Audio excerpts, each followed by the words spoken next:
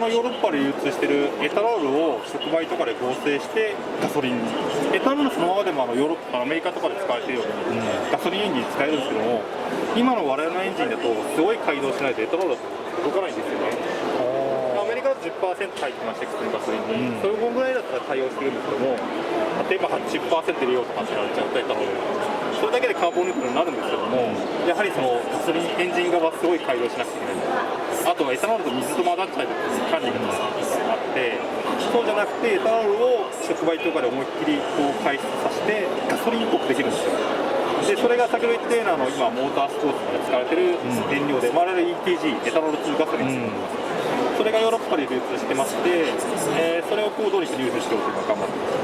でこれ MTG って呼んでるんですけども、その時にこうイーフェールっていうのは今世の中でいうイーフェールですね。ここに書いてあり、再生可能な電気エネルギー、風力とか太陽光ですね、あそこら辺を電気を使って水を電気分解して水素を作る、で CO2 は空気中の 400ppm しかないのをどうにかキャッチして、こう濃度を高くして使う。でその CO2 と水素を合成して、やはり触媒とかで、原料にしようっていうのが今主流のやつですね。世の中でいいテールっていうのはそれです。でこの MTG って工程は一緒なんですけども、その水素と CO2 を大気中の CO2 と、電気分解の水素、大気中の、二酸化炭素と電気分解の水素じゃなくて、木を木質のバイオマスを蒸しても水素と CO2 と CO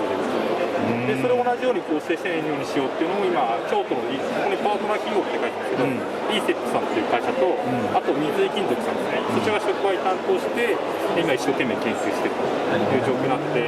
このネストの原料が木なんで、我々チェーンソーとか作ってるんで、非常に山彦と親和性が高いのかなって今一生懸命やってます。ただ非常に今言ったように難しそうなんですよねちょっと時間かかるかなというところで、ただ目指すところはここなのかなと。いやでも本当に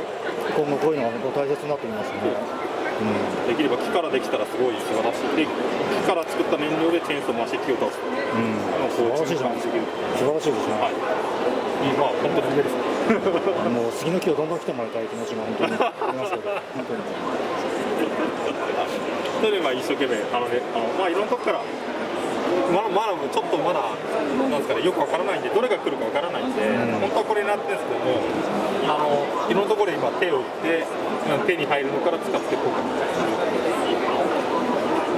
いやでもいいですね。本当になんか多分使った感じは変わらない。そうですね、みんなガソリンを作ろうと思ってるんで、排気ガスの匂いとかってどうなんですか？変わらないです。やっぱ同じようなああいう匂いがするんですね。全く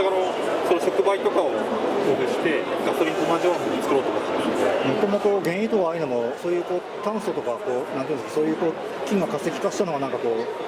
ガソリンっていうかね、ああいう油になってくる。炭素と水素のあれですかね、連鎖っていうかいろいろくっつき方違うだけですけど、そのくっつき方を触媒とかであとなんですかね、温度とかの条件で揃えていって、どれがガソリンっぽいのにしてる。今よく航空燃料のカーボンニュートラルサフっていうんですよ。あれはちょっとこの辺の作り方を変えれば航空燃料になったりとかガソリンになったりとかという感じです。ユーグルナさんでもいろいろやってますね。航空燃料がで航空燃料の方はもう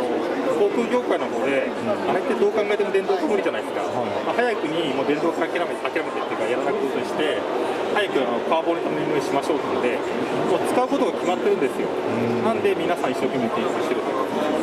でガソリンの方はいっぱい使う車の方がヨーロッパとかブレブレじゃないですか、全部電気で扱ってみたり、いいテールを使っていいとか、で本当に使ってくれるかどうか分かんないので、なんか航空燃料に比べて皆さん、ちょっと研究に気合が入ってないって言うんですけど、という雰囲気を受けます。ヨーロッパも確かにもう本当に。航空燃料の方は皆さんすごい研究してます。